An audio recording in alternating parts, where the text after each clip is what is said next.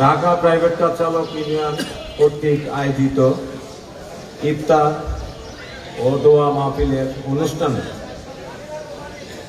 আমাদের Dhaka private car চালক ইউনিয়নের সেন্ট্রাল নেতৃবৃন্দ, থানা প্রধান, সম্মানিত সদস্য ভাইয়েরা, এমনকি আমাদের সম্মানিত প্রধান অতিথি সহ বিশেষ অতিথি সহকারে আমাদের এলাকার দলিপাড়ার সম্মানিত বিশিষ্ট জনেরা, এমনকি আমাদের শ্রদ্ধাভাজন মুরব্বী, এমনকি আমাদের খুব কাছের মানুষরা উপস্থিত আছেন। আমি সকলকে ঢাকা প্রাইভেট কার চালক ইউনিয়নের পক্ষ থেকে আন্তরিক মোবারকবাদ জানাই। আপনারা ইতিমধ্যেই এই সংগঠনের ব্যাপারে অনেক কিছুই আপনারা দেখেছেন। আপনাদের ভিতরে অনেকের ধারণা কাজ করেছে যে এই সংগঠনটি আসলে হয়তো 3 মাস 6 মাসের পরে টিকবে না, কিন্তু আমি এই সংগঠনের জন্য শুধু দলিপাড়া নয়, শুধু উত্তরাতে নয়, সমগ্র বাংলাদেশে ঢাকা শহর হতে অলিগলিতে আমি কাজ করে যাচ্ছি। প্রত্যেকটা চালক ভাইকে ঐক্যবদ্ধ করার জন্য রাত দিন পরিশ্রম করে যাচ্ছে আমাদের উপদেষ্টা সহকারে আমাদের থানা প্রধান ও আমাদের সদস্য ভাইরা। এই ঢাকা প্রাইভেট কার চালক ইউনিয়ন ইতিমধ্যে প্রমাণ করতে সক্ষম হয়েছে যে এটি একটি মানবিক প্রতিষ্ঠান। কারণ যখনই আমাদের একটি চালক ভাই বিপদে পড়ে, ঢাকা প্রাইভেট কার চালক ইউনিয়ন সেখানে ছুটে যায়। সেটার প্রমাণ আমরা একাধিকবার দিয়েছি, ইনশাল্লাহ সামনে দিয়ে যাব।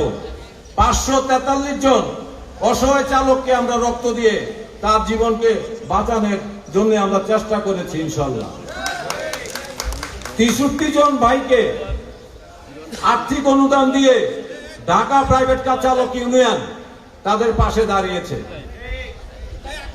এর ভিতরে আমাদের দ্বিতীয় উপদেষ্টা সিনিয়র অ্যাডভোকেট বিলকিস নাসিমা রহমান ম্যাডামের অনেক বড় অবদান আছে। এখানে আরো অনেক বড় অবদান আছে আমাদের মনির হোসেন পাপু ভাই, তারপরে আছেন আমাদের প্রধান উপদেষ্টা, অর্থ পরিকল্পনা মন্ত্রী, প্রতিমন্ত্রী, এমনকি জননেতা জোনায়েদ সাকি, গণসংহতি আন্দোলন প্রধান সমন্বয়কারী।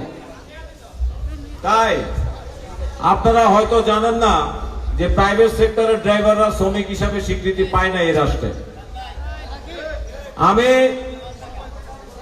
আমাদের দেশের প্রধানমন্ত্রী জনাব তারেক রহমান সাহেবের কাছে আমি একটি রিকোয়েস্ট রাখতে চাই যে আপনি যে লক্ষ্যে বাংলাদেশ করার উদ্দেশ্য নিয়ে, চ্যালেঞ্জ হাতে নিয়ে এই দেশের হাল ধরেছেন বৈষম্যকে দূরে রাখার জন্য, তাই আমরা বলবো আজকে গেছে 53 বছর ধরে আমরা বৈষম্য শিকার হচ্ছি।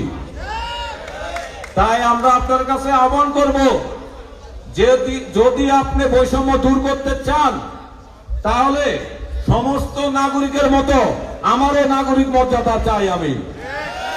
আমি শ্রমিক হিসাবে স্বীকৃতি চাই, আমি আমার ন্যায্য অধিকার চাই, আমি আমার কথা বলার জায়গা চাই। আমি নতুন বাংলাদেশে বৈষম্য চাই না, যে বৈষম্যের জন্য আমাদের শত শত হাজারো হাজার সন্তান, আমাদের শ্রমিক, কৃষক পথচারী হাতে জীবন দিয়েছে। তাই নতুন বাংলাদেশে যদি একই বৈষম্য চলতে থাকে তাহলে আমরা মনে করব আমরা সেটার বিরুদ্ধে রাজপথে আবারও প্রতিবাদ করব, ইনশাআল্লাহ। তাই নতুন বাংলাদেশে কোনো বৈষম্য চলবে না, কোনো বৈষম্য ঠাই এদেশে হবে না, কোন দুর্নীতিবাজ, কোন চাঁদাবাজ আসবে না, এই দেশে বাংলার মাটিতে চলতে দেওয়া যাবে না। সবাই সমান অধিকার নিয়ে এই দেশে বাঁচবে। কারণ গেছে 17 বছর আমাদেরকে জিম্মি করে তাদের মতো রাষ্ট্র পরিচালনা করা হয়েছে। তাই আমরা আমাদের প্রধানমন্ত্রীর সাথে ঐক্যবদ্ধ হয়ে যার যার জায়গা থেকে তাদেরকে সহযোগিতা করে সুন্দর একটি বাংলাদেশ উপহার দেব, ইনশাআল্লাহ। আমার চালক ভাইয়ের কাছে আমার একটা অনুরোধ থাকবে যে আপনারা সবসময় নিয়ম কানুন মেনে গাড়ি চালাবেন, যে প্রতিষ্ঠানে কর্মরত থাকবেন, যে ম্যাডাম সাহেবের গাড়ি চালাবেন তাদেরকে তাদের ন্যায্য সম্মানটা দিবেন। একটি সংগঠনে থাকার কারণে আপনারা তাদের সাথে ক্ষমতার অপব্যবহার কিংবা দুর্ব্যবহার করবেন, এটা ঢাকা প্রাইভেট কার চালক ইউনিয়ন কোনোদিন মেনে নিবে না। তার বিরুদ্ধে ঢাকা প্রাইভেট কার চালক ইউনিয়ন ব্যবস্থা নিবে। যেমন একটা শ্রমিক নির্যাতিত হলে ঢাকা প্রাইভেট কার চালক ইউনিয়ন দাঁড়াবে, তেমন একটা মালিক নির্যাতিত হলে ঢাকা প্রাইভেট কার চালক ইউনিয়ন দাঁড়াবে। এটাই হলো ঢাকা প্রাইভেট কার চালক ইউনিয়নের নীতি আদর্শ। এই নীতি আদর্শ শিখেছি আমরা আমাদের প্রধান উপদেষ্টা জননেতা জোনায়েদ সাকি সাহেবের কাছ থেকে, কারণ উনি কখনো অন্যায়ের সাথে আপোষ করে না, সেটাও আমরা ধারণ করেছি আমাদের মনে।